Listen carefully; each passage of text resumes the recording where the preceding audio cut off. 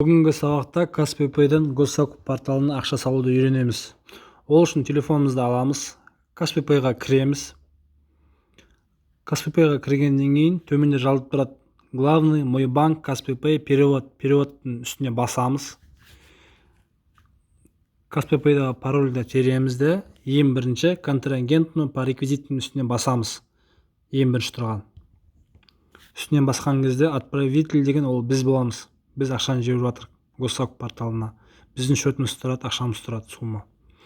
Получательге Gossakop'тың наименованиесін жазамыз. Оны қайдан табамыз десеңіздер, Google'ға кіреміз. Google басқан кезде мына шығады Gossakop реквизиты.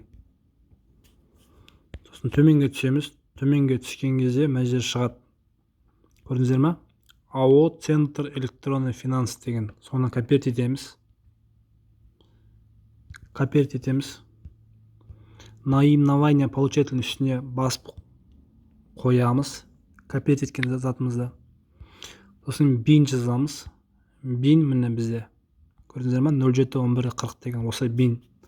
Соны басып қоямыз мұнда. Готово. КБ дегеніміз жалып тұрады. КБ 16. Значит 16 басамыз. Номер счета. Номер счета міне Иван КЗ 36. Осыны копировать ете аламыз. Копировать етеміз. Қоямыз да готовить басамыз. Бик автомат түрде өзі шығады. Номер платеж. Если бірінші рет төлеп жатсаңыздар, бір деп жазасыздар. А если 10 рет төлеп жатсаңыздар, 10 басасыздар.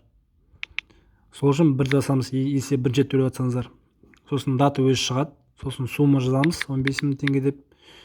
Өйткені бірінші қатысқан адамдар тендерға миллион тендері болады негізі. Сол үшін 3400 теңгеге тариф саламыз. Қалған 10 000 теңгеге 1% ұстап қалу үшін Gossakop порталына салып қоямыз счетқа. Сосын мына включай НДС-ті баспаймыз. Сосын мына жерге жазамыз. Код назначения платежа басамыз. Оны қайдан табамын десеңіз, қайтып Google-ға кіреміз де жазылып тұрады мына жерде. 859 көрдіңіздер ма? КНАЕП 859 профессиональный научно-технический деген. Значит, біздер мұнда 859 жазамыз.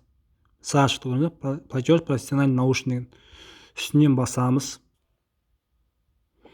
Міне көрдіңіздер ма? 859 үстінен басамыз. Шығады. Мына жерге жазып керек емес. За профессиональный научный дым жазып керек емес. Подтвердить. Болды. Ақша кетті сіздерде. Аржан тағы да шығады. Запросить, подтвердить дегенде басасыздар. Болды. Сонымен ақша Gossakop порталына кетеді. Ол ақша примерно 1-2 сағатта түседі. Немесе бір күндік уақытта алады.